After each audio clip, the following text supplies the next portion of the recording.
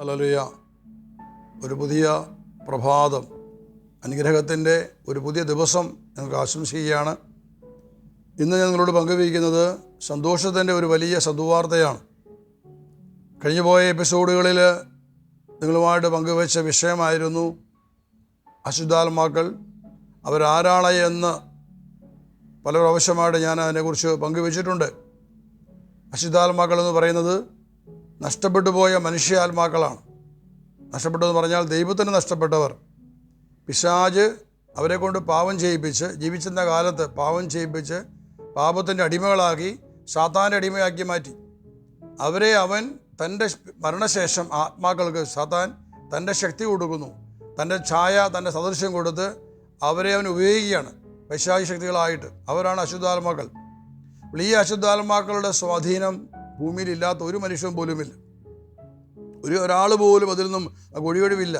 എല്ലാവരും 100% മനുഷ്യരുടെ മേലും ഇവിടെ സ്വാധീനങ്ങളുണ്ട്. ഇല്ലെന്ന് ആർക്കും ഒരു വിശുദ്ധനെ കൊണ്ട് പോലും പറയാൻ പറ്റില്ല. അവർ പോലും, വിശുദ്ധർ പോലും അശുദ്ധാത്മാക്കൾ ആക്രമിക്കപ്പെട്ടിട്ടുണ്ട്. അപ്പോൾ ഈ അശുദ്ധാത്മാക്കളുടെ മേലുള്ള പൈശാചിക ശക്തി അതാണ് ഇവരെ കൊണ്ട് ചെയ്യിപ്പിക്കുന്നത്. കാരണം ഇവർക്ക് യാതൊരു ബോധവുമില്ല. ഇവർ അടിമകളാണ്. അശുദ്ധാത്മാക്കൾ വെറും അടിമകളാണ്. സാത്താൻ്റെ ഛായ, സാത്താൻ്റെ സാദൃശ്യം, സാത്താൻ്റെ ശക്തി എല്ലാം ഒരു അശുദ്ധാത്മാവിൻ്റെ മേലുണ്ട്. അതുകൊണ്ട് തന്നെ ഒരു അശുദ്ധാത്മാവിന് സ്വയമായിട്ട് ഒരു തീരുമാനം എടുക്കാൻ പറ്റത്തില്ല. അതിനൊന്നും ആഗ്രഹങ്ങളില്ല, ഒന്നുമില്ല. അതിൻ്റെ ആഗ്രഹങ്ങളെല്ലാം സാത്താൻ്റെ ആഗ്രഹങ്ങളാണ്, സാത്താൻ്റെ ഹിതമാണ്, സാത്താൻ്റെ പദ്ധതികളാണ് ഒരു അശുദ്ധാത്മാവിൻ്റെ മേലുള്ളത്. അതുകൊണ്ട് ഒരു ആത്മാവിനെ സംബന്ധിച്ചിടത്തോളം ഒരു അശുദ്ധാത്മാവായിട്ട് മാറിക്കഴിഞ്ഞാൽ പിന്നെ തൻ്റെ കുടുംബമെന്നോ അപ്പനെന്നോ അമ്മയെന്നോ ഭാര്യ, ഭർത്താവോ, മക്കളോ യാതൊരു ബന്ധത്തോടെ ഇല്ല. സാത്താൻ എന്ത് കൽപ്പിക്കുന്നുവോ, എന്ത് കൊടുക്കുന്നുവോ അത് അവൻ ചെയ്തിരിക്കണം. ഇതാണ് ഒരു അശുദ്ധാത്മാവിൻ്റെ പ്രവൃത്തി. വാസ്തവത്തിൽ ഈ അശുദ്ധാത്മാക്കൾക്ക് രക്ഷയുണ്ട് എന്നുള്ളതാണ് ഞാൻ നിങ്ങളോട് പങ്കുവയ്ക്കുന്നത്. ഇവർക്ക് രക്ഷയുണ്ടാകണമെങ്കിൽ ഇവരുടെ മേലെ കടന്നു വന്നിരിക്കുന്ന സാത്താൻ്റെ സ്വാധീനത്തെ പിഴുതെറിയണം. അങ്ങനെ പിഴുതെറിയപ്പെടുമ്പോഴാണ് ഇവർ സ്വതന്ത്രരാകുന്നത്. കർത്താവ് യേശു ക്രിസ്തു കാൽവരി കുരിശിൽ മരിച്ചു. അതെല്ലാവരും അംഗീകരിക്കുന്നൊരു കാര്യമാണ്. യേശു കുരിശിൽ മരിച്ചു. കർത്താവ് കുരിശിൽ മരിച്ചതിലൂടെ പിശാച് നശിപ്പിക്കപ്പെട്ടു, അല്ലെങ്കിൽ പിശാച് തകർക്കപ്പെട്ടു എന്ന് അനേകം പേര് പഠിപ്പിക്കുന്നുണ്ട്. വാസ്തവത്തിൽ ഞാനൊരു ചോദ്യം മുമ്പിലേക്ക് വെക്കുകയാണ്. യേശു ക്രിസ്തു കുരിശിൽ മരിച്ചതുകൊണ്ട് എങ്ങനെയാണ് പിശാച് ഇല്ലാതായി പോകുന്നത്? എങ്ങനെയാണ് പിശാച് നശിപ്പിക്കപ്പെടുന്നത്? അപ്പോൾ യേശു, അതല്ലെങ്കിൽ മറ്റൊരു വാക്കിൽ പറഞ്ഞാൽ യേശു സാത്താനെ ജയിച്ചവനാണ് എന്ന് എല്ലാവരും പറയുന്നുണ്ട്. അത് സത്യമാണ്. അപ്പോൾ എങ്ങനെയാണ് യേശു സാത്താനെ ജയിച്ചത്? കർത്താവ് കുരിശിൽ മരിക്കുമ്പോൾ എങ്ങനെയാണ് സാത്താൻ തോറ്റു പോകുന്നത്? ഏറ്റവും നിഷ്ഠൂരമായി ക്രൂശിൽ ആണികളാൽ തറയ്ക്കപ്പെട്ട് മരിക്കേണ്ടി വരിക. അതൊരു വിജയമല്ല ലോകത്തിൻ്റെ കാഴ്ചപ്പാട് ഒരിക്കലും. അപ്പോൾ അതുകൊണ്ട് തന്നെയാണ് പലരും അങ്ങനെയുള്ള കുരിശിൽ കിടക്കുന്ന യേശുവിനെ കാണേണ്ട ആവശ്യമില്ല എന്ന് പറഞ്ഞ് ആ കുരിശ് പോലും മാറ്റിക്കളഞ്ഞത്. കാരണം കുരിശിൽ മരിച്ച യേശു അപമാനമാണ് അനേകം പേർക്ക്. എന്നാൽ ഉത്ഥാനം ചെയ്ത യേശു ക്രിസ്തു അതൊരു അഭിമാനമാണ്. അപ്പോൾ മരണമില്ലാതെ ഒരു ഉത്ഥാനമില്ല. പക്ഷെ ഇവിടെ നമ്മുടെ ചോദ്യം ഇതാണ്: കർത്താവ് കുരിശിൽ മരിച്ചതുകൊണ്ട് എങ്ങനെയാണ് പിശാചിനെ ജയിക്കാൻ സാധിച്ചത്? അതിൻ്റെ ഉത്തരം നമുക്ക് മനസ്സിലാകുമ്പോഴാണ് ഈ അശുദ്ധാത്മാക്കളുടെ രക്ഷയെക്കുറിച്ച് മനസ്സിലാക്കാൻ പറ്റത്തുള്ളൂ. തിരുവചനം പഠിപ്പിക്കുന്ന റോമാലേഖനം 8:3 നമ്മൾ വായിക്കുന്നുണ്ട്: ദൈവം പാപത്തിന് ശരീരത്തിൽ ശിക്ഷ വിധിച്ചു. ദൈവം പാപത്തിന് ശരീരത്തിൽ ശിക്ഷ വിധിച്ചു. ദൈവം മനുഷ്യൻ്റെ പാപങ്ങൾ യേശുവിന് മേൽ ചുമത്തി. നമ്മുടെ പാപങ്ങൾ അവന് മേൽ ചുമത്തി. ആ പാപത്തെ ദൈവം ശിക്ഷിക്കുകയാണ്. എന്തുകൊണ്ടാണ് അങ്ങനെ ചെയ്തത്? പാപം എന്നുള്ളത് പിശാചിൻ്റെ പ്രവൃത്തിയാണ്. മറ്റുവാക്കി പറഞ്ഞാൽ പാപം എന്നുള്ളത് സാത്താൻ്റെ ശക്തിയാണ്. പാപം ഉണ്ടെങ്കിൽ മാത്രമേ സാത്താന് ശക്തിയുള്ളൂ, ഇല്ല അവൻ നിസ്സഹായനാണ്. അപ്പോൾ എന്തുമാത്രം ലോകത്തിൽ പാപം പെരുകിയോ അത്രയും അധികമായി സാത്താൻ ശക്തനാണ്. അപ്പോൾ അതുകൊണ്ട് തന്നെ ദൈവം എന്താണ് ചെയ്തത്? സാത്താൻ്റെ ശക്തിയായ പാപത്തെ യേശുക്രിസ്തുവിന് മേൽ ചുമത്തുകയാണ്. യേശു ദൈവമാണ്. അവൻ്റെ ശരീരം ദൈവികമാണ്. ശരീരം ആത്മീയമായ സ്വർഗീയമായ ശരീരമാണ് യേശുവിൻ്റെ ശരീരം എന്നുള്ളത്. ആ ശരീരത്തിലേക്ക് പിശാചിൻ്റെ പ്രവൃത്തിയായ പാപത്തെ ചുമത്തിയിട്ട്, അതായത് മനുഷ്യനെ കൂടെ എന്തെല്ലാം പാപങ്ങൾ സാത്താൻ ചെയ്യിപ്പിച്ചിട്ടുണ്ടോ ആ പാപങ്ങളെ മുഴുവനും യേശുവിന് മേൽ ദൈവം ചുമത്തി. ഇനി സാത്താൻ എന്തെല്ലാം പാപങ്ങൾ ചെയ്യിപ്പിക്കാൻ വേണ്ടിയിട്ട് തീരുമാനിച്ചിട്ടുണ്ടോ അതെല്ലാം ദൈവം യേശുവിന് മേൽ ചുമത്തി. എന്നിട്ട് ആ പാപത്തിന് ദൈവം ശിക്ഷ വിധിച്ചു. മറ്റു വാക്കി പറഞ്ഞു കഴിഞ്ഞാൽ അപ്പോൾ ആ പാപത്തിൻ്റെ ശക്തി എന്നേക്കുമായി പൂർണ്ണമായി നശിക്കുവോളം യേശു വേദന സഹിക്കേണ്ടി വന്നു. യേശു പീഡിപ്പിക്കപ്പെട്ടു. അങ്ങനെ നിഷ്ഠൂരമായ രീതിയിൽ യേശു ക്രിസ്തു പീഡിപ്പിക്കപ്പെടുകയാണ്. പീഡിപ്പിക്കപ്പെട്ട് അങ്ങനെ മണിക്കൂർ നീണ്ടു നിന്ന പീഡാസഹനത്തിനൊടുവിൽ സകല പാപത്തെയും യേശു നിർവീര്യമാക്കി. അങ്ങനെ പാപത്തെ ശക്തിയെ തകർത്ത് ഏറ്റവും ഒടുവിലാണ് യേശുവിൻ്റെ ശരീരം കുരിശിന്മേൽ ആണികളാൽ തറയ്ക്കപ്പെടുന്നത്. അപ്രകാരം തറയ്ക്കപ്പെടാൻ എന്തുകൊണ്ട് വിട്ടുകൊടുത്തു എന്ന് നാം ചിന്തിക്കണം. തന്നമേൽ ചുമത്തപ്പെട്ട പാപത്തിൻ്റെ ശക്തി നശിപ്പിക്കപ്പെട്ടെങ്കിലും ആ പാപത്തിൻ്റെ പിന്നിലുള്ള സാത്താൻ, ആ പിശാചിനെ ബന്ധിക്കുവാൻ വേണ്ടിയിട്ട് ദൈവം ഇതൊരവസരമാക്കി മാറ്റുകയാണ്. ക്രിസ്തുവിൻ്റെ ശരീരം ക്രൂശിൽ ബന്ധിക്കപ്പെട്ടു. അപ്രകാരം ബന്ധിക്കപ്പെട്ടതിലൂടെ പാപത്തെയും പാപത്തിൻ്റെ പിറകിലുള്ള പിശാചിനെയും ദൈവം എന്നേക്കുമായി ബന്ധിക്കുകയാണ് ചെയ്തത്.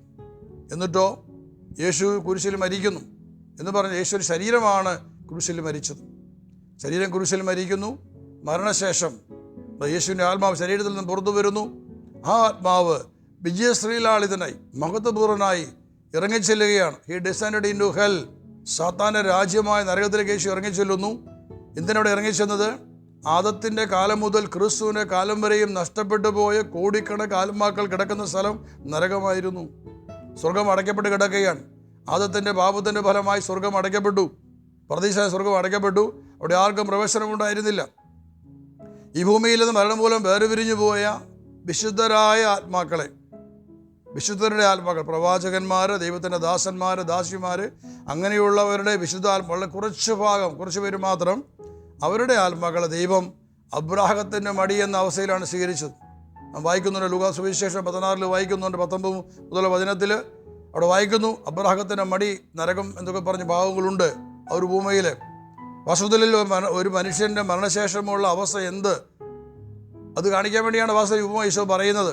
അപ്പോൾ അവിടെ ഈ ലാസർ എന്ന മനുഷ്യൻ, അവൻ ദരിദ്രനായിരുന്നു, രോഗിയായിരുന്നു, എല്ലാവരും ഉപേക്ഷിക്കപ്പെടാനായിരുന്നു ലാസർ.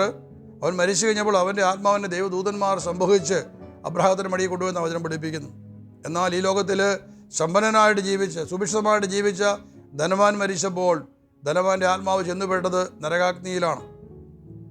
അപ്പോൾ അബ്രാഹത്തിൻ്റെ മടി എന്ന അവസ്ഥയിൽ ഈ ഭൂമിയിൽ വേർപെട്ടുപോയ വിശുദ്ധരായ ആത്മാക്കൾ മാത്രമാണ് അബ്രാഹത്തിൻ്റെ മടിയിലേക്ക് സ്വീകരിക്കപ്പെട്ടത്, വിശുദ്ധർ മാത്രം. അപ്പോൾ ബാക്കിയുള്ളവർക്ക് എന്ത് സംഭവിച്ചു? ബാക്കിയുള്ള നഷ്ടപ്പെട്ടവരായ ആത്മാക്കളെല്ലാം ചെന്നുപെട്ടത് നരകമെന്ന അവസ്ഥയിലാണ്. അതിനെക്കുറിച്ച് റോമാലേഖനത്തിൽ വചനം പഠിപ്പിക്കുന്നു. റോമ 5:12 ഒരു മനുഷ്യൻ മൂലം പാപം മൂലം മരണവും ലോകത്തിൽ പ്രവേശിച്ചു. അപ്രകാരം എല്ലാവരും പാപം ചെയ്തതുകൊണ്ട് മരണം എല്ലാവരിലും വ്യാപിച്ചു. ഒരു മനുഷ്യൻ മൂലം പാപം മൂലം മരണം ലോകത്തിൽ കടന്നു വന്നു. ഒരു മനുഷ്യൻ ആദമാണ്. അപ്പോൾ ആദം മൂലം ലോകത്തിൽ പാപം കടന്നു വന്നു, പാപത്തിലുള്ള മരണം കടന്നു വന്നു. വീണ്ടും അപ്രകാരം എല്ലാവരിലും മരണം വ്യാപിച്ചു, എല്ലാവരും മരിച്ച അവസ്ഥയിൽ കടന്നു വരികയാണ്. അടുത്ത 14 വചനം, ആദത്തിൻ്റെ പാപത്തിന് സദൃശമായ പാപം ചെയ്യാതിരുന്നവരുടെ മേൽ പോലും ആദത്തിൻ്റെ കാലം മുതൽ മോശയുടെ കാലം വരെ മരണം ആധിപത്യം പുലർത്തി. ആദത്തിൻ്റെ പാപത്തിന് സദൃശമായ തുല്യമായ പാപം ചെയ്യാതിരുന്നവരുടെ മേൽ പോലും ആദത്തിൻ്റെ കാലം മുതൽ മോശയുടെ കാലം വരെ, മോശയുടെ കാലത്ത് നിയമം നൽകപ്പെട്ടു. നിയമം നൽകപ്പെട്ടത് മനുഷ്യൻ നിയമം അനുസരിക്കാൻ വേണ്ടിയിട്ടാണ്. 10 പ്രമാണം നൽകപ്പെടുകയാണ്. അത് മനുഷ്യൻ അനുസരിച്ച് അവൻ ഈ മരണത്തിൻ്റെ ബന്ധനത്തിന് സ്വതന്ത്രനാകണമായിരുന്നു. അതിനുവേണ്ടിയാണ് ദൈവം നിയമം നൽകിയത്. പക്ഷെ അത് മനുഷ്യർ അനേകം പേര് തിരസ്കരിച്ച് കളഞ്ഞു, സ്വീകരിക്കാൻ തയ്യാറായില്ല. അപ്പോൾ ആദത്തിൻ്റെ പാപത്തിന് തുല്യമായ പാപം ചെയ്യാതിരുന്നവരുടെ മേൽ പോലും ആദത്തിൻ്റെ കാലം മുതൽ മോശയുടെ കാലം വരെ മരണത്തിന് ആധിപത്യമുണ്ടായിരുന്നു. നിയമം നൽകപ്പെട്ടെങ്കിലും മനുഷ്യരെ നിയമം അനുസരിക്കാതെ പോയതുകൊണ്ട് വീണ്ടും മരണത്തിൻ്റെ ആധിപത്യം യേശു ക്രിസ്തുവിൻ്റെ കാലം വരെ നീണ്ടു. അതിനെക്കുറിച്ച് എബ്രായലേഖനം 2:15 ഇങ്ങനെ വായിക്കുന്നു, അത് മരണത്തിന് മേൽ അധികാരമുള്ള പിശാചിനെ തൻ്റെ മരണത്താൽ നശിപ്പിച്ചു. ആ വചനം ശ്രദ്ധിക്കണം, മരണത്തിനു മേൽ അധികാരമുള്ള പിശാചിനെ തൻ്റെ മരണത്താൽ നശിപ്പിച്ച് ജീവിതകാലം മുഴുവൻ മരണഭയത്തിൽ കഴിയുന്നവരെ രക്ഷിക്കുന്നതിന് വേണ്ടിയാണ് ക്രിസ്തു കുരിശിൽ മരിച്ചത്. അവർ മരിച്ചു എന്ന് പറഞ്ഞ വാക്കിൻ്റെ അർത്ഥം ഇതാണ്. അവരുടെ മേൽ മരണം ആധിപത്യം പുലർത്തുന്ന വാക്കിൻ്റെ അർത്ഥം ഇതാണ്. അവരുടെ മേൽ സാത്താൻ ആധിപത്യം പുലർത്തി. കോടിക്കണക്കായ ആത്മാക്കൾ അവരെല്ലാം ചെന്നുപെട്ടത് നരകാഗ്നിയിലാണ്. വളരെ കുറഞ്ഞ വിശുദ്ധരായവരും മാത്രം കടന്നു ചെല്ലുന്നു അബ്രാഹത്തിൻ്റെ മടിയിൽ. അപ്പോൾ ഇങ്ങനെ ദൈവത്തിന് നഷ്ടപ്പെട്ടു പോയ കോടിക്കണക്കിന് ആത്മാക്കൾ, മരണത്തിൻ്റെ ആധിപത്യം ഉള്ളവനായ പിശാചിൻ്റെ തടവറയിൽ കിടന്ന കോടിക്കണക്കിന് ആത്മാക്കളെ സന്ദർശിക്കുവാൻ വേണ്ടിയിട്ടാണ് ക്രിസ്തു തൻ്റെ ആത്മാവിൽ നരകത്തിലേക്ക് ഇറങ്ങി ചെല്ലുന്നത്. ഹല്ലേലൂയ. തിരുവചനം പറയുകയാണ് 1 പത്രോസ് 3:19 യേശു കുരിശിൽ മരിച്ച ശേഷം അവൻ ആത്മാവിൽ കടന്നു ചെന്ന് ബന്ധനസ്ഥരായ ആത്മാക്കളോട് സുവിശേഷം പ്രസംഗിച്ചു. ആമേൻ. ആത്മാവിൽ കടന്നു ചെന്ന്, ശരീരമില്ലാത്ത യേശുവിൻ്റെ ആത്മാവിൻ്റെ തലത്തിൽ യേശു കടന്നു ചെന്ന് ബന്ധനസ്ഥരായ തടവുകാരായ ആത്മാക്കളോട് സുവിശേഷം പ്രസംഗിച്ചു. വീണ്ടും അതിനും പറയുന്നുണ്ട്, അവരാകട്ടെ നോഹിൻ്റെ കാലത്ത് പെട്ടകമണിയപ്പെട്ടപ്പോൾ ക്ഷമാപൂർവ്വം കാത്തിരുന്ന ദൈവത്തെ അനുസരിക്കാത്തവരായിരുന്നു. അങ്ങനെ നഷ്ടപ്പെട്ടു പോയ കോടിക്കണക്കിന് ആത്മാക്കളിലേക്കാണ് യേശു ഇറങ്ങിച്ചെല്ലുന്നത്. അവിടെ പോയി യേശു സുവിശേഷം പ്രസംഗിക്കുകയാണ്. കാരണം അവരാരും ഈശോയെ കണ്ടിട്ടുള്ളവരല്ല. അവർക്കൊന്നും യേശുവിനെക്കുറിച്ച് അറിയില്ല, രക്ഷയെക്കുറിച്ച് അറിയില്ല. അവർ ജീവിച്ചിരുന്നപ്പോൾ അവർ പാപത്തിൽ ജീവിച്ചു. മരിച്ചു കഴിഞ്ഞപ്പോൾ പാപത്തിൻ്റെ ഫലമായി സാത്താൻ ആധിപത്യം കടന്നു പോകുന്നു, അവർ അടിമകളായിട്ട് മാറി. അവരിലേക്ക് യേശു ഇറങ്ങിച്ചെല്ലുകയാണ്. ഏതാണ്ട് 3 ദിവസം കർത്താവ് നരകത്തിലായിരുന്നു. നരകത്തിലേക്ക് യേശു പോയത് ജയിച്ചവനായിട്ടാണ് പോയത്. പോയി സുവിശേഷം പ്രസംഗിച്ച് തടവുകാർക്ക് സ്വാതന്ത്ര്യം പ്രഖ്യാപിച്ച് മനുഷ്യരുടെ ഇടയിൽ നിന്നും ആദ്യ ഫലമായി യേശു ഉയർത്തെഴുന്നേറ്റു. ഹല്ലേലൂയ. വാസ്തവം ഇതാണ് സംഭവിച്ചത്. അപ്പോൾ ഇവിടെ ശ്രദ്ധിക്കേണ്ട ഒരു കാര്യം ഇതാണ്, കർത്താവ് കുരിശിൽ മരിച്ച സമയത്ത് യേശു ശരീരം കുരിശുമേൽ ബന്ധിക്കപ്പെട്ടതിലൂടെ സാത്താൻ ബന്ധിക്കപ്പെട്ടു പോയി. കാരണം യേശുവിന്മേൽ ചുമത്തപ്പെട്ട പാവങ്ങളെല്ലാം ബന്ധിക്കപ്പെട്ടു. ആ പാവം ബന്ധിക്കപ്പെട്ടപ്പോൾ അതിന് പിറകിലിരിക്കുന്ന പിശാച് ബന്ധിക്കപ്പെട്ടു. സാത്താൻ നിസ്സഹായനായിട്ട് മാറിപ്പോയി. അങ്ങനെ സാത്താനെ ബന്ധനസ്ഥനാക്കിയിട്ടാണ് ക്രിസ്തു തൻ്റെ ആത്മാവിൽ നരകത്തിലേക്ക് ഇറങ്ങി ചെല്ലുന്നത്, ആത്മാക്കളെ രക്ഷിക്കുന്നത്. നിസ്സാര കാര്യമല്ലത്. ഇത് ക്രിസ്തുവിൻ്റെ ഏറ്റവും വലിയ വിജയം. അതാണ് തടവുകാരായി കിടന്ന കോടിക്കണക്കിന് ആത്മാക്കൾ രക്ഷയുടെ കവാടം തുറന്നു കൊടുക്കുകയാണ്. അവർക്ക് യേശു രക്ഷയുടെ വഴി പ്രഖ്യാപിക്കുകയാണ്. അതുകൊണ്ടാണ് വെളിപാട് പുസ്തകം 1:17-18 നമ്മൾ വായിക്കുന്നുണ്ട്. ഉത്ഥാന യേശു പറയുകയാണ്, ഇതാ മരണത്തിൻ്റെയും നരകത്തിൻ്റെയും താക്കോൽ എൻ്റെ കയ്യിലുണ്ട്. I hold the keys of death and hell. മരണത്തിൻ്റെയും നരകത്തിൻ്റെയും താക്കോൽ എൻ്റെ കയ്യിലുണ്ട് എന്ന് പറഞ്ഞാൽ ഞാനാണ് ഇപ്പോൾ മരണത്തിൻ്റെയും നരകത്തിൻ്റെയും അധികാരി എന്നാണ് യേശു പ്രഖ്യാപിച്ചത്. ഹല്ലേലൂയ. ദുഷ്ടാരൂപികളായി കിടന്ന ആത്മാക്കൾ, അവരിലേക്ക് യേശു ഇറങ്ങിച്ചെല്ലുന്നത്, സുവിശേഷം പ്രസംഗിക്കുന്നത്, അവർക്ക് സ്വാതന്ത്ര്യം പ്രഖ്യാപിക്കുന്നത്. മരണത്തിൻ്റെയും നരകത്തിൻ്റെ അധികാരി യേശു മാറി. അതുവരെയും അധികാരി സാത്താനായിരുന്നു. പക്ഷെ ആ യേശുവിൻ്റെ കുരിശുമരണത്തിലൂടെയും നരക സന്ദർശനത്തിലൂടെയും ഉത്ഥാനത്തിലൂടെയും യേശു മരണത്തിൻ്റെയും നരകത്തിൻ്റെ മേൽ അധികാരമുള്ളവനായിട്ട് മാറി എന്നുള്ള സദ്വാർത്ത നമ്മൾ അറിഞ്ഞിരിക്കണം. നരകം എന്ന് പറയുമ്പോൾ എല്ലാവരും ഭയങ്കര ഭയപ്പെടുകയാണ്. നരകം അതത് നിത്യാഗ്നിയാണ് നമ്മൾ ധരിച്ചു വെച്ചിരിക്കുകയാണ്. ബൈബിളിൽ ഒരിടത്തും പറഞ്ഞിട്ടില്ല നിത്യാഗ്നിയാണെന്നത്. ഒരു മനുഷ്യൻ്റെ നിത്യമായ നാശം, ശിക്ഷ സംഭവിക്കുന്നത് അന്ത്യവിധിക്ക് ശേഷം തിരിച്ചറിയണം. അങ്ങനെ അല്ലായിരുന്നു യേശു ഒരിക്കലും അവിടെ പോകേണ്ട ആവശ്യമുണ്ടായിരുന്നില്ല. നിത്യമായി ശിക്ഷിക്കപ്പെട്ട ഒരു സ്ഥലമായിരുന്നു അതെങ്കിൽ എന്തിനു യേശു അവിടെ പോകണം? എന്തിനു പോയി സുവിശേഷം പ്രസംഗിക്കണം? കത്തോലിക്ക സഭയുടെ മതബോധന ഗ്രന്ഥം വകുപ്പ് 5 വ്യക്തമായിട്ട് പഠിപ്പിക്കുന്നുണ്ട്. ഈ ഡിസൈനഡ് ഇൻ ടു ഹെൽ, അവൻ നരകത്തിലേക്ക് ഇറങ്ങി ബന്ധനസ്ഥരായ ആത്മാക്കൾ സുവിശേഷം പ്രസംഗിച്ചുവെന്ന് വ്യക്തമായി എഴുതി വെച്ചിട്ടുണ്ട്. അങ്ങനെ യേശു മരണത്തിൻ്റെ നരകത്തിൻ്റെ അധികാരിയെ മാറി എന്നെല്ലാം സഭയുടെ പഠനത്തിലുള്ളതാണ്. പക്ഷെ ഇതൊന്നും ആരും വിശ്വസിക്കാൻ, അംഗീകരിക്കാൻ തയ്യാറായില്ല. ഇത് പഠനത്തിലുണ്ടെങ്കിലും വാസ്തവത്തിൽ തൻ്റെ കുരിശുമരണത്തിൽ ഉത്ഥാനത്തിലൂടെയും യേശു വിജയം വരിച്ചത് സാത്താൻ്റെ മേലാണ്, ഈ അശുദ്ധാത്മാക്കളുടെ മേലാണ്. അപ്പോൾ യേശു ക്രിസ്തു മരണത്തിൻ്റെയും നരകത്തിൻ്റെയും അധികാരി ആയതുകൊണ്ട് ഇന്ന് നമുക്കുള്ള സദ്വാർത്ത ഇതാണ്: ക്രിസ്തുവിൻ്റെ അധികാരത്തിൻ്റെ ശക്തി കൊണ്ട് നഷ്ടപ്പെട്ടവരായ ആത്മാക്കളു വേണ്ടി നമ്മൾ പ്രാർത്ഥിക്കുമ്പോൾ അവർക്ക് ദൈവം രക്ഷ കൊടുക്കുകയാണ്. ഇതാണ് സദ്വാർത്ത. ആൾക്കാർ പറയും ശുദ്ധീകര ആത്മാക്കൾ. ഞാൻ പറയുന്നത് അതിനെക്കുറിച്ചല്ല പറയുന്നു. ശുദ്ധീകരണ സ്ഥലത്തെക്കുറിച്ച് ബൈബിൾ ഒരിടത്തും പറഞ്ഞിട്ടില്ല. പക്ഷെ അങ്ങനെ അവസ്ഥയുണ്ട്. ശുദ്ധീകരിക്കപ്പെടണം. കാരണം ലഘുപാപത്തിൽ മരിച്ചവന് ശുദ്ധീകരണമുണ്ട്. അത് ലഘുപാപത്തിൽ മരിച്ചവനാണ്. മാരകമായ പാപം ചെയ്തവൻ, 1 മുതൽ 10 വരെയുള്ള പ്രമാണങ്ങളടുത്ത് ജീവിച്ചവൻ, ഇതൊക്കെ മാരക പാപങ്ങളാണ്. അവരൊരിക്കലും പോകുന്ന ശുദ്ധീകരണാത്മാക്കളല്ല. അവർ ചെന്നുപെടുന്നത് നരകാഗ്നിയിൽ തന്നെയാണ് ചെന്നുപെടുന്നത്. പക്ഷെ അവർ നശിച്ചു പോകരുത്, രക്ഷപ്പെടണം. അവരുടെ പീഡ, ആ നരകത്തിലുള്ള അവരുടെ പീഡ അവർക്ക് വിശുദ്ധീകരണമായി ദൈവം മാറ്റുകയാണ്. അവരുടെ സഹനത്തെ ദൈവം ഒരു വിശുദ്ധീകരണമായിട്ട് സ്വീകരിച്ചുകൊണ്ട് അവർക്ക് ദൈവം രക്ഷ കൊടുക്കുകയാണ്. പക്ഷെ അവരെ മോചിപ്പിക്കപ്പെടണമെങ്കിൽ ജീവിച്ചിരിക്കുന്നവർ പ്രാർത്ഥിക്കണം, നമ്മൾ പ്രാർത്ഥിക്കണം. അപ്പോൾ കർത്താവ് ദൈവം ഈ അവസാന നാളുകളിൽ ഒരു വലിയ കാര്യം ചെയ്തിരിക്കുകയാണ്. ഈ ആത്മാക്കൾക്ക് രക്ഷ കൊടുക്കാൻ. ഇപ്പോൾ ഭൂമിയിലെ മനുഷ്യരോട് പ്രാർത്ഥിക്കാൻ പറഞ്ഞാൽ മനുഷ്യർക്കൊക്കെ അത് ഒരു തമാശയായിട്ട് പക്ഷെ തോന്നിയേക്കാം, അത് വിശ്വസിക്കുന്നതിനുള്ള വിരളമായിരിക്കാം. പക്ഷെ ദൈവത്തിൻ്റെ പദ്ധതി വിജയിപ്പിച്ചാൽ മതിയാവൂ. ആത്മാക്കളെ രക്ഷിക്കണം, അത് ദൈവത്തിൻ്റെ പദ്ധതിയാണത്. കാരണം അത് സാധാരണയുള്ള ദൈവത്തിൻ്റെ വിജയം അതാണ്. അവരാരും നഷ്ടപ്പെടാൻ പാടില്ല എന്നുള്ള ദൈവത്തിൻ്റെ പദ്ധതി കൊണ്ട് കർത്താവ് ഒരു കാര്യം ചെയ്യുകയാണ്. ഈ കാലഘട്ടത്തിൽ മരിച്ചവരോട് സുവിശേഷം പ്രസംഗിച്ച്, ആത്മാക്കളോട് സുവിശേഷം പ്രസംഗിച്ച് അവരെ വീണ്ടെടുക്കുന്ന ഒരു വലിയ പദ്ധതിയാണ് ഇപ്പോൾ നടന്നുകൊണ്ടിരിക്കുന്നത്. ഇതിനെക്കുറിച്ച് കർത്താവിൻ്റെ വചനം തന്നെ ഉണ്ട്. യോഹന്നാൻ സുവിശേഷം 5-ാമത്തെ അധ്യായം 24 മുതൽ വചനം വായിക്കുകയാണ്. യേശു പറയുകയാണ്, സത്യസത്യമായി ഞാൻ നിങ്ങളോട് പറയുന്നു, എൻ്റെ വചനം കേൾക്കുകയും എന്നെ അയച്ചവനെ വിശ്വസിക്കുകയും ചെയ്യുന്നവന് നിത്യജീവനുണ്ട്. എൻ്റെ വചനം കേൾക്കുകയും എന്നെ അയച്ചവനെ വിശ്വസിക്കുകയും ചെയ്യുന്നവന് നിത്യജീവനുണ്ട്. അവന് ശിക്ഷാവിധി ഉണ്ടാകുന്നില്ല, പ്രത്യുത അവൻ മരണത്തിൽ നിന്നും ജീവനിലേക്ക് കടന്നിരിക്കുന്നു. രണ്ട് കാര്യമാണ് അവിടെ പറഞ്ഞിരിക്കുന്നത്. ഒന്ന്, എൻ്റെ വചനം വിശ്വസിക്കണം, എൻ്റെ വചനം ശ്രവിക്കണം, എൻ്റെ വചനം കേൾക്കുകയും എന്നെ അയച്ചവനെ വിശ്വസിക്കുകയും ചെയ്യണം. ആരാണ് എന്നെ അയച്ചത്? പിതാവായ ദൈവം. അപ്പോൾ ആ പിതാവിനെ, ആകാശത്തിന് ഭൂമി സൃഷ്ടാവായ ദൈവത്തെ മനുഷ്യൻ വിശ്വസിക്കണം, എൻ്റെ വചനം കേൾക്കണം, യേശുവിൻ്റെ വചനം കേൾക്കണം, ആ വചനം സ്വീകരിക്കണം. കേൾക്കുന്ന പറഞ്ഞ് സ്വീകരിച്ച് അതനുസരിക്കണം. അങ്ങനെ ചെയ്യുന്നവന് രക്ഷയുണ്ട്, അവന് ശിക്ഷാവിധിയില്ല. ഇതാണ് ദൈവത്തിൻ്റെ വാഗ്ദാനം. 25-ാമത്തെ വചനം, സത്യസത്യമായി ഞാൻ നിങ്ങളോട് പറയുന്നു, മരിച്ചവർ ദൈവപുത്രൻ്റെ സ്വരം ശ്രവിക്കുന്ന സമയം വരുന്നു, അല്ല വന്നു കഴിഞ്ഞു. ആ സ്വരം ശ്രവിക്കുന്നവർ ജീവിക്കും.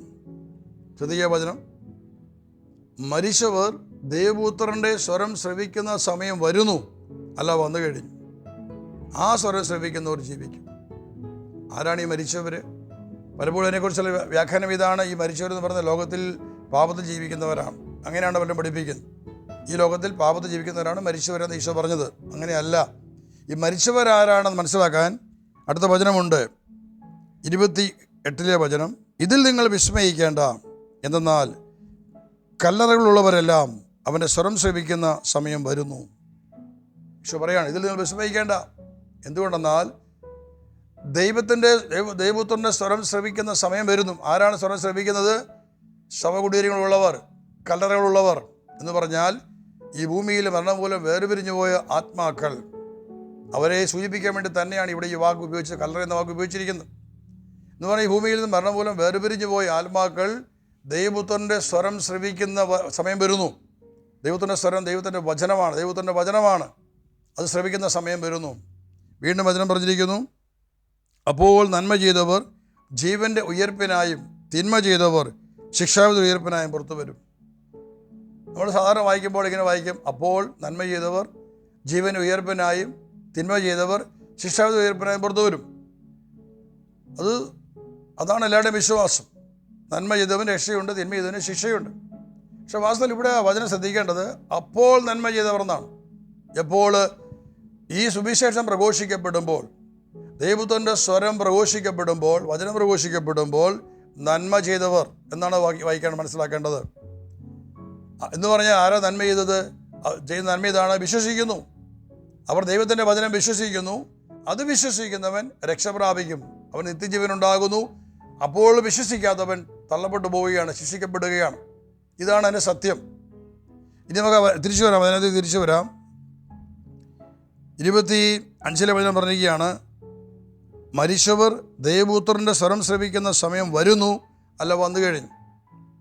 അവിടെ എന്തുകൊണ്ട് കർത്താവ് അങ്ങനെ പറഞ്ഞത്? സമയം വരുന്നു, അല്ല വന്നു കഴിഞ്ഞു.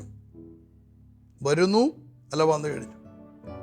വരുന്നു എന്ന് പറഞ്ഞത് സംഭവിക്കാൻ പോകുന്നൊരു കാലത്തെക്കുറിച്ചാണ്. 2 കാലങ്ങളാണത്. വന്നു കഴിഞ്ഞു എന്ന് പറഞ്ഞത് ഉടൻ സംഭവിക്കാൻ പോകുന്നൊരു കാര്യമാണ്.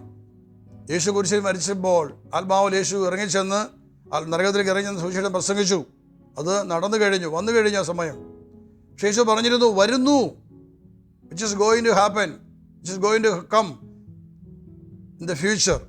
അതാണ് വാക്കിൻ്റെ അർത്ഥം. ഭാവിയിൽ സംഭവിക്കാൻ പോകുന്നൊരു കാര്യമാണ് വരുന്നു എന്ന് പറഞ്ഞത്. ആ വരുന്നു എന്ന് പറഞ്ഞ കാലഘട്ടത്തിലാണ് ഇപ്പോൾ നമ്മൾ ജീവിച്ചിരിക്കുന്നത്. ഇന്ന് മരിച്ചവരെ ദൈവത്തിൻ്റെ വചനം കേൾക്കുകയാണ്, അവർ സുവിശേഷം കേൾക്കുകയാണ്. ഇത് ഞാൻ നിങ്ങളോട് പങ്കുവയ്ക്കുന്നത് 989 മുതൽ 997 വരെയും നടത്തപ്പെട്ട ആത്മാക്കളുടെ ശുശ്രൂഷകൾ. അതിലൂടെ ദൈവത്തിൻ്റെ അശുദ്ധാത്മാവ് പഠിപ്പിച്ചു, ഒരു അശുദ്ധാത്മാവിനെ എങ്ങനെ കീഴ്പ്പെടുത്താം, അവരെ എങ്ങനെ രക്ഷിക്കാൻ പറ്റും, അവനെങ്ങനെ മോചിപ്പിക്കാൻ പറ്റും. ഇതെല്ലാം വളരെ വ്യക്തമായ രീതിയിൽ അനുഭവങ്ങളിലൂടെ പഠിപ്പിച്ചു. അത് കഴിഞ്ഞപ്പോൾ 997 കർത്താവിനോട് കൽപ്പിച്ചു, ഇനി മരിച്ചവരോട് സുവിശേഷം പ്രസംഗിക്കുക, നീ പ്രസംഗിക്കുന്ന മരിച്ചവർ കേൾക്കുമെന്ന് പറഞ്ഞു. ദൈവത്തിൻ്റെ സ്വരം ഞാൻ കേട്ടു. 997 മുതൽ നടത്തപ്പെട്ട ശുശ്രൂഷകളിൽ മരിച്ചവരോടുള്ള സുവിശേഷ പ്രഘോഷണം എന്ന പേരിൽ തന്നെ ശുശ്രൂഷകൾ ആരംഭിച്ചു. അങ്ങനെ മരിച്ചവർ വചനം കേൾക്കുമെന്നുള്ള പ്രഖ്യാപനം ചെന്നു. അനേകം ആൾക്കാർ നിങ്ങളുടെ ശുശ്രൂഷകളിൽ കടന്നു വന്ന് ധ്യാനങ്ങളിൽ പങ്കെടുത്തു. അവിടെയെല്ലാം ദൈവം അടയാളത്തിലൂടെ വചനത്തെ സ്ഥിരീകരിച്ചു. അനേകം ആളുകൾക്ക് തങ്ങളുടെ കുടുംബത്തിൽ മരിച്ചുപോയവരെ കാണാനുള്ള ഭാഗ്യം ലഭിച്ചു, തലമുറകളെ കാണാൻ. കാരണം ഇവരൊക്കെയും കടന്നു വന്ന് ആത്മാക്കൾ വന്ന് പലരോട് സംസാരിച്ചു, തങ്ങൾക്ക് വേണ്ടി പ്രാർത്ഥിക്കണം, തങ്ങളെ രക്ഷിക്കണം, ഇങ്ങനെയൊക്കെയുള്ള അനേകം അനുഭവങ്ങൾ. അതുപോലെ തന്നെ ഇത് സംഭവിച്ച സാധാരണക്കാർക്കൊന്നുമല്ല, പുരോഹിതന്മാർ, കന്യാസ്ത്രീകൾ ഉൾപ്പെടെ കേരളത്തിലെ പല പല ധ്യാന കേന്ദ്രങ്ങളിലൊന്നും മുഖ്യപ്പെട്ട ആൾക്കാർക്കൊന്നും ധ്യാനത്തിൽ പങ്കെടുത്തിട്ടുള്ളതാണ്. 97, 98, 99 കാലഘട്ടങ്ങളിലൊക്കെയും നടത്തപ്പെട്ട ഓരോ ധ്യാനങ്ങളിലും വന്ന് ഒത്തിരിയേറെ പേര് പങ്കെടുത്തിട്ടുണ്ട്, ധ്യാനഗുരുക്കന്മാർ പങ്കെടുത്തിട്ടുണ്ട്. പല സാക്ഷ്യങ്ങൾ പറഞ്ഞിട്ടുണ്ട്. ഒരാത്മാക്കളെ കണ്ടു, പലരും വന്ന് നന്ദി പറഞ്ഞു പോയി. പലരും ദൈവത്തെ ശ്രദ്ധിച്ച് അവസാനം അവർ വലിയ സമൂഹമായി പല ദൂതന്മാർ കൊണ്ടുവന്ന് കണ്ടു. ഇങ്ങനെയൊക്കെയുള്ള വലിയ സാക്ഷ്യങ്ങൾ പല സുവിശേഷ പ്രഘോഷന്മാരിൽ നിന്ന് കടന്നു വന്നിരുന്നു. ഇതൊരു വലിയ സത്യമാണെന്ന് അടയാളത്തോടെ ദൈവം സ്ഥിരീകരിച്ചിട്ടുള്ള കാര്യമാണ്. ഇനി രണ്ടാമത്തെ കാര്യമാണ്, ഇതിൽ ഈ പ്രാർത്ഥനയിൽ പങ്കെടുക്കുന്ന മനുഷ്യരുടെ ജീവിതത്തിലുണ്ടാകുന്ന അനുഗ്രഹങ്ങൾ.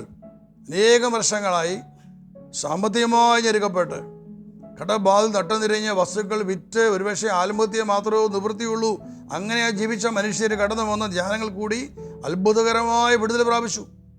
ഒരുവനുണ്ടായിരുന്ന കുടുംബത്തിലുണ്ടായിരുന്ന ശാപത്തിന് കെട്ട് അഴിയപ്പെട്ടു. സാമ്പത്തിക മേലേക്ക് വലിയ അനുഗ്രഹം ഉണ്ടായി. സ്വന്തമായി വീടില്ലാത്ത സ്വന്തം ഭവനമായി സ്വന്തം ഭൂമി വാങ്ങി അത്ഭുതകരമായ രീതിയിൽ ദൈവം അവർക്ക് കടം വിളിച്ചു കൊടുത്തു. അനേകം പേർക്ക്, അനേകം ആളുകൾ സാമ്പത്തികമായി അനുഗ്രഹിക്കപ്പെട്ടു. മാരകമായ രോഗങ്ങൾ, പ്രത്യേകിച്ച് മാനസിക രോഗം, അനേക കുടുംബങ്ങൾ ഞെരുക്കിയ രോഗം മാനസിക രോഗം എന്ന് പറയുന്നത്. മരുന്നിലാണ് ഒരു മാർഗം ഉണ്ടായിരുന്നില്ല. പക്ഷെ ഞാൻ നിങ്ങളോട് പറയാൻ ആഗ്രഹിക്കുകയാണ്, ആയിരക്കണക്കിന് മനുഷ്യരാണ് മാനസിക രോഗത്തിന് വിടുതൽ പ്രാപിച്ചത്. ഈ ധ്യാനത്തിൽ കടന്നു വരുന്നു. ഒരു കാലത്ത് ഞങ്ങളുടെ ധ്യാനത്തിൽ കടന്ന് പങ്കെടുക്കാൻ വരുന്ന 500 പേര് ധ്യാനിക്കാനുണ്ടെങ്കിൽ ഒരു 200, 250 പേര് മാനസിക രോഗികളാണ്. മാനസിക രോഗത്തിന് മരുന്ന് കഴിച്ചുകൊണ്ടിരുന്നവരാണ്. അതാരും പറഞ്ഞിട്ട് വരുന്നില്ല. ആൾക്കാർ ചോദിക്കും, പോരാൻ പറയും, അനുവദിക്കുമായിരുന്നു. അവരൊന്ന് ധ്യാനത്തിൽ പങ്കെടുക്കും, അത്ഭുതകരമായി വിടുതൽ പ്രാപിക്കും. എത്രയോ മാരകമായ രോഗത്തിൽ ഷോക്ക് ട്രീറ്റ്മെൻറ്റ് എടുത്തുകൊണ്ടുവന്നവർ പോലും സുഖപ്പെട്ട സംഭവങ്ങളുണ്ട്. അപ്പോൾ ഇങ്ങനെ അനേകം മേഖലയിൽ അനേകം അപസ്മാര രോഗങ്ങൾ, അതുപോലെ കുടുംബ കലഹത്തിൽ നിന്ന് മോചനം കിട്ടുക, ഭാര്യ ഭർത്താക്കന്മാർക്കിടയിലെ കലഹങ്ങൾ, ഡിവോഴ്സ് കേസുകളിൽ നിന്ന് മോചനം, എത്രയോ സംഭവങ്ങളുണ്ട്. ഭാര്യ ഭർത്താക്കന്മാർ ഇനി ജീവിക്കാൻ പറ്റില്ല, ബന്ധം വേർപെടുത്താൻ വേണ്ടി കോടതി കേസ് പോയിട്ടുള്ള വ്യക്തികൾ കടന്നു വന്ന ധ്യാനത്തിൽ പങ്കെടുത്തു കഴിഞ്ഞപ്പോൾ അവർ സ്വതന്ത്രരായി, അവർക്ക് ഒന്നിച്ച് ജീവിക്കണം. അങ്ങനെ ജീവിക്കുന്ന അനേക കുടുംബങ്ങൾ ഇപ്പോഴുണ്ട്. ഇതെല്ലാം അനുഭവങ്ങൾ, ഫലങ്ങളാണ്. യേശു പറഞ്ഞില്ലേ, ബലത്തിൽ നിന്നും പ്രശ്നത്തെ അറിയണം. മരിച്ചവർക്ക് വേണ്ടിയുള്ള ഈ രക്ഷയുടെ ഈ സത്വവാർത്ത അത് കുടുംബങ്ങൾക്ക് അനുഗ്രഹമാണ്, ഈ തലമുറയ്ക്ക് അനുഗ്രഹമാണെന്ന് തിരിച്ചറിയണം. ഇന്ന് സ്പിരിഡിസിൻ്റെ ശുശ്രൂഷകളിൽ ഏത് സ്ഥലത്ത് പ്രസംഗിച്ചാലും ശരി, ഇത് ആത്മാക്കൾ കേൾക്കുകയാണ്, മരിച്ചവർ കേൾക്കുകയാണ്. പ്രത്യേകിച്ച് എന്നെ സംബന്ധിച്ച് ഞാൻ ഈ ഒരു ശുശ്രൂഷ ചെയ്യുമ്പോൾ ഒരു യുദ്ധരംഗമാണിത്. ഞാൻ ഇന്ന് ശുശ്രൂഷയിൽ എനിക്ക് ഉറപ്പ് വേണം, ആധികാരികത വേണം. ദൈവത്തിൻ്റെ പരിശുദ്ധാത്മാവ് എന്നെ അനേകം പ്രാവശ്യം കാണിച്ചു തന്നിട്ടുണ്ട്. ഞാൻ കാണാറുണ്ട്, ആത്മാക്കളെ കാണാറുണ്ട്. ഭൂമിയിലെ മണ്ണത്തരി പോലെ പലപ്പോഴും കാണുന്നത് ഇങ്ങനെ വലിയ സമൂഹങ്ങളായിട്ടുള്ള ആത്മാക്കളെ കണ്ടിട്ടുണ്ട്. വചനം ശ്രമിക്കുന്നവർ, അത് പല ഗ്രേഡിൽപ്പെട്ട മനുഷ്യരെ കണ്ടിട്ടുണ്ട്. ദൈവർക്കെല്ലാം വലിയ വിടുതൽ കൊടുക്കുന്ന കാലഘട്ടമാണിത്.